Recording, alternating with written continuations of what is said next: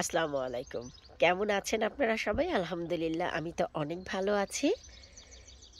আজ আমি খুবই স্লোলি কথা বলতে যাচ্ছি। নিশ্চয়ই আপনারা নোটিসও করছেন। তার কারণ কি? এখন বাজে ভোর 4:45। জি হ্যাঁ, কারণ hay fever-এর কারণে সারারাত ঘুমাতে পারি না। ভোর 4টা বাজেই ঘুম ভেঙে গেছে। তো ভাবলাম যেহেতু ঘুম ভেঙে গেছে এই ভোর 4টায় আমি কি করব? কেন রান্নাবান্না তো আর করবো না, আর আমার আমিনাকেও ডাকবো না। স্কুলের জন্য ডাকি 6:30টায়। তো ভাবলাম সবথেকে বেটার হয় লাভলি ভিউয়ার্সের জন্য একটি ভিডিও করে ফেলি। আর এই আমার চাল কুমড়া গাছ। আপনারা অনেক দিন যাবৎ জানতে চাচ্ছিলেন চাল কুমড়া গাছের যত্ন আমি কিভাবে করেছি, কিভাবে এত দারুণ দারুণ চমৎকার সবুজ কালারের পাতা আছে। তাছাড়া চাল কুমড়ো গাছের যত্ন কিভাবে করতে হয়। দেখুন, অন্যান্য গাছের মতো চাল কুমড়া গাছেও যত্ন সেম দিতে হয়। নিচের গোড়ার দিকে দেখুন, আর এই যে ডগাগুলো দেখুন, নিচের দিকে যত শাখা প্রশাখা বা পাতাগুলো আছে সব কিন্তু আমি কেটে দিয়েছি। আর খাদ্য আমি জৈব সারই দিচ্ছি, যে কারণে এত চমৎকার গাছের পাতা এবং ডগাগুলো আছে। বেশ কিছুদিন আগেই আমি একটি ভিডিও শেয়ার করেছিলাম, যেখানে দেখিয়েছিলাম যে গাছটি কিন্তু একেবারে মরে গিয়েছিল। তার প্রমাণ এই যে দেখুন, এখান থেকে গাছটি ফ্ল্যাট হয়ে একেবারেই মরে যায়। তারপর আবারও দেখুন নতুন করে গাছটি প্রাণ ফিরে পায়। আবার এই যে দেখুন, এখান দিয়েও কিন্তু একেবারেই ফেটে গেছে এই যে। আর কিছুদিন আগেই দেখিয়েছিলাম যে এই গাছে বেশ কয়েকটি আমি লাউয়ের, চাইনিজ লাউ বা চাল কুমড়োর পরাগায়ন করেছিলাম আমার লাউ গাছের ফুল দিয়ে। নিশ্চয়ই আপনাদের মনে আছে। এই যে দেখুন, আমার এই যে চাল কুমড়ো বা চাইনিজ লাউ, এটি কিন্তু লাউ গাছের ফুল দিয়ে পরাগায়ন করা, আলহামদুলিল্লাহ বেঁচে গেছে। এখানে যে আমি দুটি করেছিলাম, খুশির বিষয় আমার আমেনা বুড়ি সবগুলো এসে এখান থেকে তুলে দিয়েছে। মাম্মি বল, মাম্মি বল, বল বলে বলে সে তুলে দিয়েছে। কারণ এই যে বাচ্চাটি এতই নিচে যে আমেনা বুড়ি খুব ইজিলি ধরতে পারে। তো বল বল করে সে আবার 3টি লাউ অলরেডি টেনে তুলে ফেলেছে। ফাইনালি সে এটা ছিঁড়তে যাচ্ছিল। মাম্মি বল বল, তা আমি বললাম তোর কোন হিসাবে, কোন দিক থেকে মনে হচ্ছে রে মা এটা তোর কাছে বল? বলে মাম্মি গ্রিন, মাম্মি গ্রিন। আসলে বাচ্চা কাচ্চা একটু কম বুঝলেও জ্বালা, একটু বেশি বুঝলেও জ্বালা। এটি নাকি গ্রিন বল। তা আমি বলেছি না মা, ডেঞ্জারাস, এটা ধরে না। তো এটা সে ছেড়ে দিয়েছে।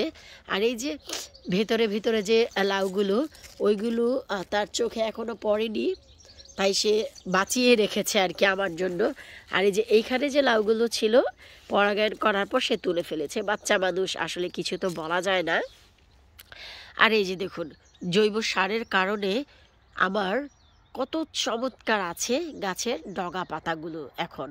আর এই যে চাইনিজ লাউ গাছটি আমার বেঁচে গেছে, আমি কিন্তু খুব খুশি। একেবারে মরে যাচ্ছিল, গাছে কোনো ছেলে ফুল ছিল না, তাই করলা গাছের ফুল, শশা গাছের ফুল, লাউ গাছের ফুল দিয়ে আমি আমার এই লাউগুলোকে পরাগায়ন করিয়েছি।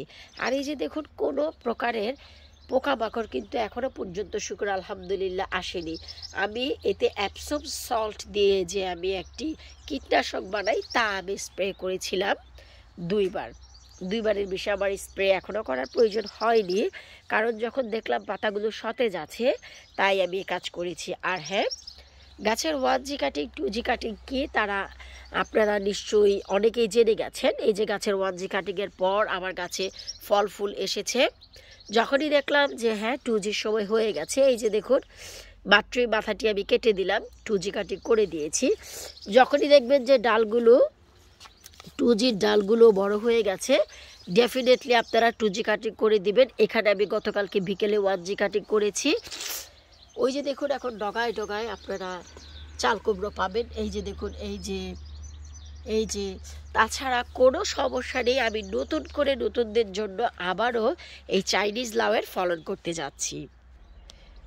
মনে রাখতে হবে, আপনারা এই পর্যায়ে যখনই দেখবেন যে গাছের অবস্থা ঠিক এতটাই অগ্রগতি হচ্ছে, গাছে ছোট ছোট ফল আসা শুরু করেছে, চা পাতা দিয়ে বানানো যে সার, সেই সারটি কিন্তু অবশ্যই দিবেন। এই সময়ে গাছে নাইট্রোজেন, পটাশিয়াম, ফসফরাস খুবই প্রয়োজন গাছের ফুল ফলকে টিকিয়ে রাখার জন্য। তো ঘরে খাওয়া যে চা পাতা দিয়ে সার বানাতে হয়, যার একটি ভিডিও অলরেডি আমার চ্যানেলে আছে, আপনারা সেখান থেকে দেখে নিতে পারেন। তাছাড়া আমার কিন্তু কথা বলতে, ভিডিও করতে অনেক খারাপ লাগছে, কারণ দম একেবারেই বন্ধ হয়ে যায় নাক বন্ধ থাকার কারণে। এই হচ্ছে হে ফিভারের প্রবলেম। এখন নাক বন্ধ, 1 ঘন্টা পর চোখ টোক ডলে একেবারে আবার নষ্ট হয়ে যাবে, ছিলে যাবে। তো আজকের ভিডিওটির মূল যে খুশির বিষয় তা হচ্ছে এবছরে প্রথম আমি চাল কুমড়ো কেটে নিচ্ছি আমার গাছ থেকে। শুকরে আলহামদুলিল্লাহ, রিজিকে থাকলে কেউ ধরে রাখতে পারবে না, চলে আসবেই। তো এখন হচ্ছে এই চাল কুমড়াটিকে আমি কেটে নেব। ওরে বাবারে, আমি এক কাজ করি, আসলে একেবারেই যেহেতু ভোরবেলা ভিডিওটি করতে যাচ্ছি 4:45টায়, তাই আমি কোনো স্ট্যান্ড নিয়ে আসিনি, এখানে কোনো কিছুই না। তাই আমি যদি এই লাউটি কেটে ফেলতাম এক হাত দিয়ে আর এক হাত দিয়ে ক্যামেরা ধরে, তাহলে এই যে নিচে দেখছেন একেবারে ঠাস করে পড়ে আমার জিনিসটি নষ্ট হয়ে যেত। তাই আসলে আমি অফ ক্যামেরায় কিছুটা কেটে নিলাম যেন জিনিসটি ভালো থাকে। এই হচ্ছে 2023-এর প্রথম লাউ, আমি একেবারে ছোট অবস্থায় কেটে নিলাম আজকে চিংড়ি মাছ দিয়ে খাবো বলে। কারণ আরেকটু বড় হলে ভিতরে বীজ চলে আসে আর সেটার টেস্ট আলাদা।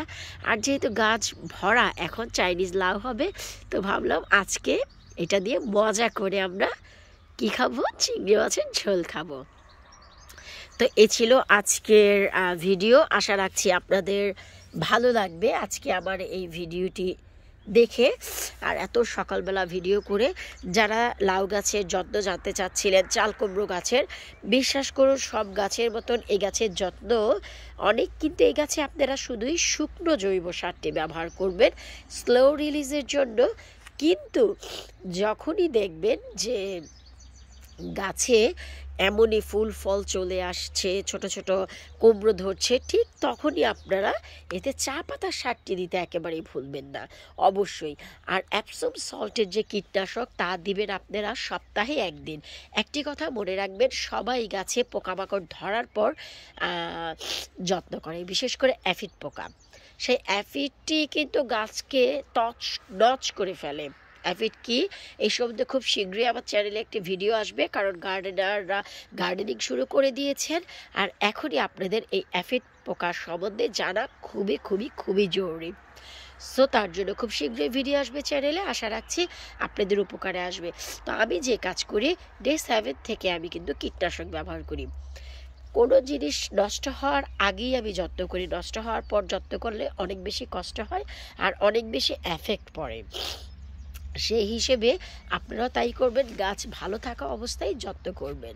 তো যাই হোক, এ ছিল আজ আবার সকাল সকাল ভিডিও। আপনাদের জন্য খুবই স্লো কথা বলতে হচ্ছে যেন কেউ না উঠে যায়। দোয়া রাখবেন আমার এই চাইনিজ লাউ গাছ থেকে যেন আমি অনেক চাইনিজ লাউ বা চাল কুমড়ো খেতে পারি। আর এই যে আমার সোনার হরিণ নিয়ে আমি এখন ঘরে যাচ্ছি, রান্না করে খাবো। তবে রান্না এখন করবো না, তাহলে স্বামী বলবে ওরে আবার পাগল বউ, এত সকালে তুই কি রান্না করিস। রান্নাটি করবো আমার স্কুলে দিয়ে এসে। বিদায় নিচ্ছে আজকের মতো, আল্লাহ হাফিজ।